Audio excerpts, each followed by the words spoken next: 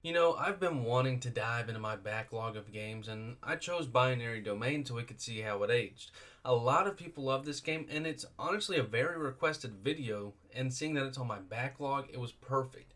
What's up, folks? My name is Tanner, and this is For Your Money. If you enjoy this video, why not subscribe? And if you would prefer an audio-only version, the link is down below, along with the link to my Discord server. Let's dive into whether or not Binary Domain from the year 2012 ages well. In the future, they have the technology to build robots, but not only that, they have the ability to make hollow children, robots who are identical to humans, so identical that they themselves don't even know that they aren't human.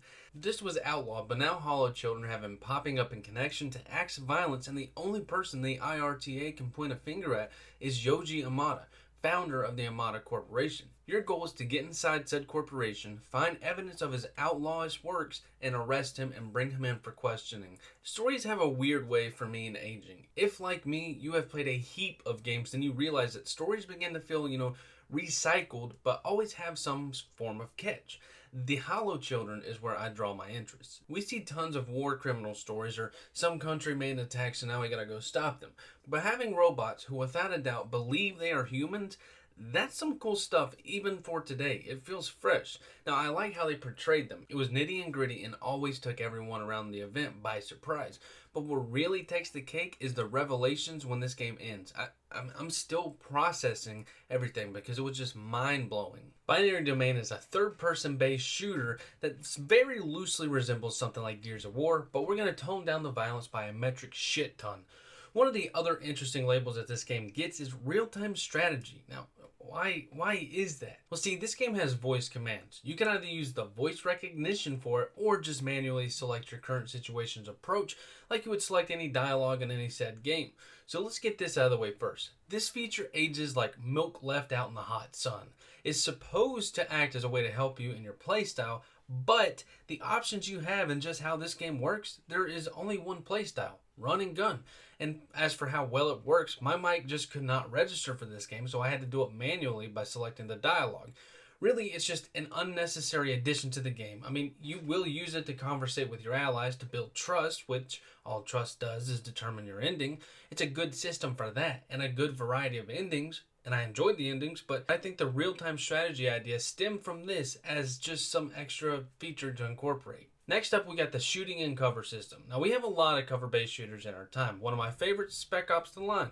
That came out the exact same year as Binary, and it just feels more solid than this. With that, we also have a few games that came out after Binary, like tons of Gears games, the Divisions games, etc. When we look at all these versus this game, it's a no-brainer of which one's better because we've just come too far for this game's combat to truly impress. I mean, the cover system at times feels clunky, and it could be because I'm on PC and at least the controls for PC are whack, and quite a bit of the Steam community agreed to that as well. At times it feels like you're fighting to get behind cover, but instead you dodge, or your cover prompt just isn't up as fast as you need it to be.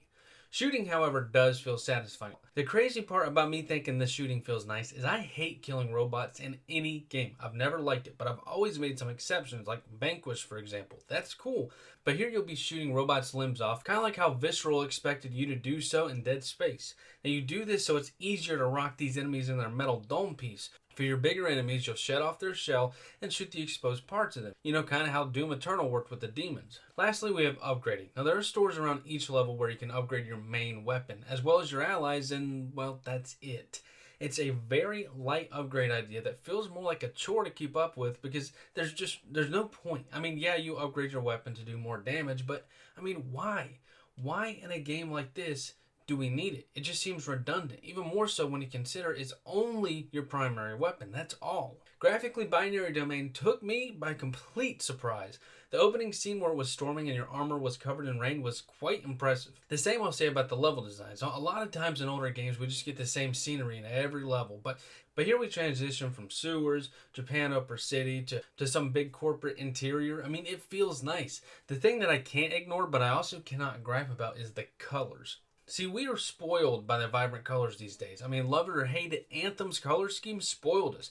Gears 5, a dark game, but yet the popping colors were noticeable everywhere. Here they are not. I mean, very bland grays, greens. I mean, it looks depressing, but I'm not going to hate on this trend because this occurred with almost every PS3 and 360 game.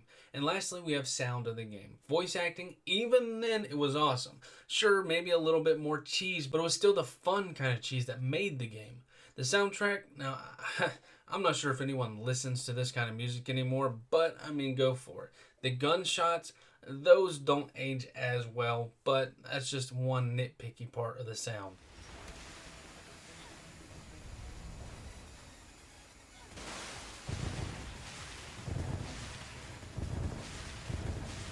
What the hell? That's one serious piece of equipment!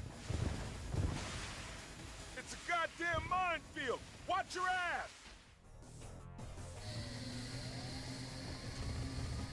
Fasten your seatbelt, s'il vous plaît. He's got a screw loose. Are you sure about this? Kane, monsieur. Ice front! Ice front! You can look now. We made it. Chance of collision was only 62%. Only. We should have walked. They're surrounding us. What will we do? Hold on, monsieur. Whoa! Better hang on tight, people! Don't stop, yo! Keep flooring it!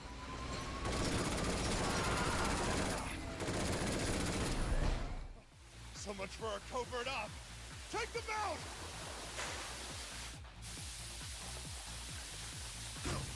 Whoa! Talk about a close one!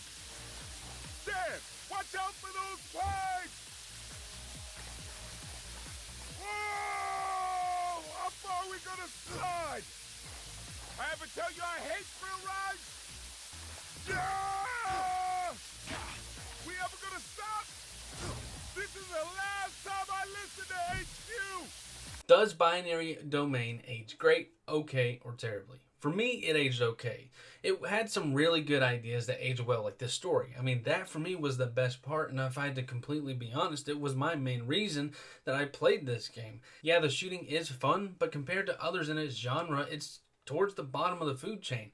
Not because it's a bad game, but we've just come so far for cover-based shooters, and then we have the great debate of, are they still relevant? Many people hate cover-based shooters, you know. I don't, which is why I pushed through some of the rough spots here. That's all I got, folks. If you enjoyed this video, why not subscribe? Otherwise, hit that thumbs down. Till next time, fellas.